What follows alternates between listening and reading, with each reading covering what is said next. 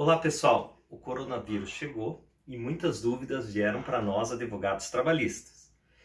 Ontem mesmo veio uma pergunta: eu trabalho no supermercado, a escola do meu filho foi suspensa e eu posso faltar ao emprego?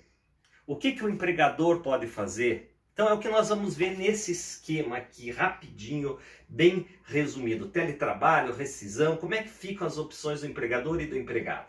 Primeira coisa, a base dessa discussão do coronavírus é o artigo 2º da CLT, lembrando que o risco da atividade econômica é do empregador.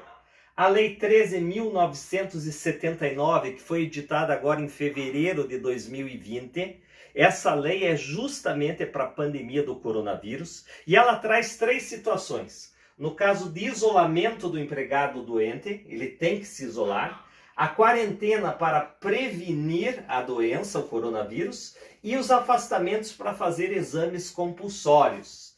Então nós temos um regramento para isso.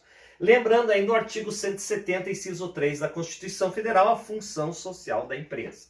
Vamos lá. A primeira coisa que nós temos que ver é se existe ou não um acordo ou uma convenção coletiva de trabalho.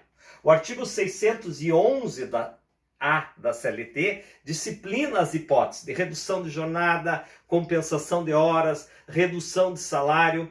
Lembrando também do artigo 503 da CLT, que diz que em casos de prejuízos devidamente comprovados, o empregador pode reduzir até 25% da jornada de trabalho, por exemplo, reduzindo de 8 para 6 horas, e proporcionalmente o salário do empregado. Ainda lembrando que este mesmo artigo, no parágrafo 3º, fala que enquanto vigorar esse acordo para redução proporcional de jornada e salário, tem que haver uma proteção contra as dispensas. Durante o período de acordo, não pode ser mandado embora o empregado. Segunda hipótese, vamos imaginar que não há acordo ou convenção coletiva regulando as questões do coronavírus e esses afastamentos. Nesse caso, o empregado pode dar férias? O empregador pode dar férias para o seu empregado? Sim. Lembrando que o artigo 136 da CLT, ele deixa claro que as férias é sempre concedidas visando o interesse do empregador. Eu diria que é um dos poucos direitos do empregador é a concessão das férias. Logo, o empregador pode sim dar férias.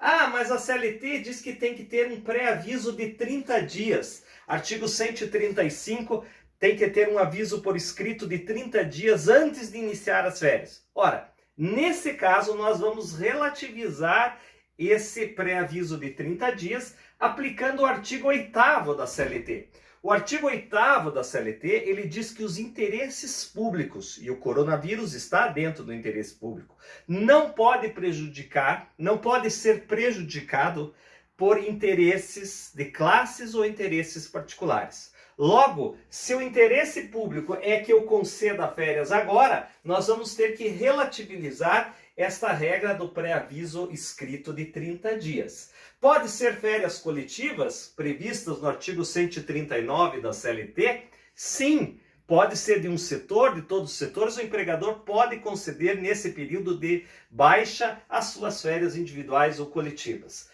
Banco de horas. O empregador pode dar banco de horas? Sim. Lembrando que nós temos três tipos de banco de horas. O banco de horas semestral, direto entre empregado e empregador, onde as horas têm que ser fechadas, o crédito e o débito das horas excedentes da 44ª semanal tem que ser fechadas no prazo de um semestre. Este banco de horas pode ser anual, onde essa distribuição do que você fez a mais e fez a menos é no prazo de um ano, mas aí mediante acordo ou convenção coletiva de trabalho. E também existe o banco de horas mensal, que são aquelas pequenas ausências para ir no dentista, para faltar, para ir no médico, que pode ser tácita dentro do próprio mês.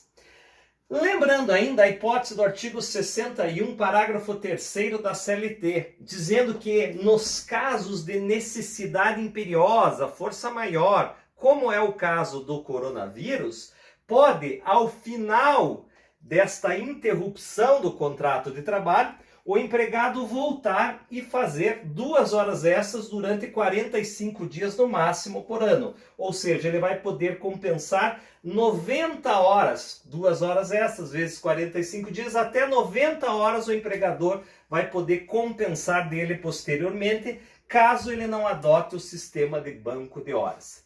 Pode fazer teletrabalho? Sim, dependendo da atividade.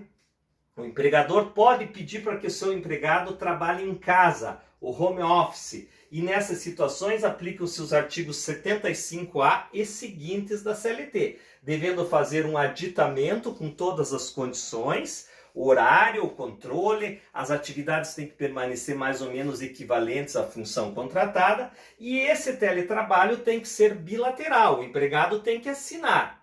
Lembrando que não pode haver uma recusa ilegítima por parte do empregado. Ele tem que colaborar nessa situação, aplicando mais uma vez o artigo 8º da CLT, que dispõe que os interesses públicos prevalecem sobre os interesses sociais de classes ou interesses particulares. Havendo uma doença, vamos imaginar que nessa situação de isolamento do empregado doente, como que fica a situação desse trabalhador registrado? E nós estamos falando dos empregados registrados e regidos pela CLT. Nessa situação, os primeiros 15 dias é o empregador que paga. A partir do 16º dia, ele entra no auxílio previdenciário, auxílio doença, o INSS paga. Vamos imaginar que o INSS não pague. Aí nós aplicamos a Lei 13.979, que diz que nestas situações de isolamento são consideradas faltas justificadas. Essas 3 hipóteses, isolamento, quarentena e exame, são faltas justificadas. Então o empregado não vai poder ficar prejudicado nessa situação. Ou ele ganha tudo do empregador, ou apenas os primeiros 15 dias e a partir do 16º dia o INSS paga.